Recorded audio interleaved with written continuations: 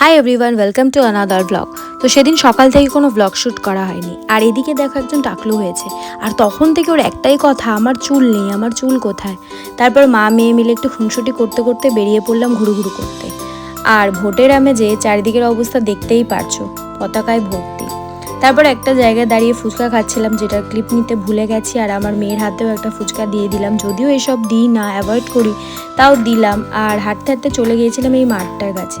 তো তোমরা কি এই জায়গাটা চিনতে পারছো? যারা কবরডাঙ্গা টু টালিগঞ্জ থাকো তারা জানো অবশ্যই যে এই জায়গাটা কোথায়। তো যদি চিনে থাকো তাহলে অবশ্যই কমেন্ট করে জানিও। তারপরে চলে গেছিলাম পাশে যে বেবিদের পার্কটা আছে ওখানে। তো ওখানে গিয়ে তো আমার মেয়ে ওই রাইডসগুলো দেখে খুব খুশি, মানে ওতে উঠবে বলে খুব এক্সাইটেড। তারপর ওকে ওর মধ্যে বসিয়ে দিয়ে ও দেখো এদিকে কি সুন্দর মজা পাচ্ছে। তো এরকম আরও একটা রিলস ও মানে দীঘাতে গিয়ে আমি পোস্ট করেছিলাম, দীঘাতে গিয়ে চলেছিল। যদি কেউ না দেখে থাকো তাহলে অবশ্যই দেখে এসো। আর এই দেখো দোলনাতে উঠে তো মানে ও নামতেই চায় না, খুব খুশি হয়েছে। তো এই আর কি, বাচ্চা খুশি মানে মাও খুশি।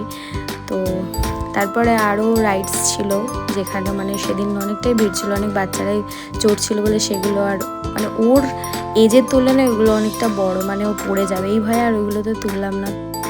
ওখানে অনেকটা টাইম স্পেন্ড করার পর বেরিয়ে পড়লাম বাড়ির উদ্দেশ্যে। তারপর আমার একটা স্লিপার নেওয়ার ছিল, তো সেখানে অনেক জুতোর দোকান আছে, ওখানে চলে গিয়েছিলাম আর এই স্লিপারটা নিলাম।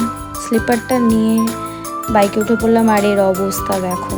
তারপর একটা দোকানে গিয়ে লাস্সি খেয়ে নিলাম, আর কিছু টুকটাক বাজার করার ছিল সেগুলো করে নিলাম, করে টোরে বাড়ি চলে এলাম। দেখা হচ্ছে নেক্সট ব্লগে, টাটা।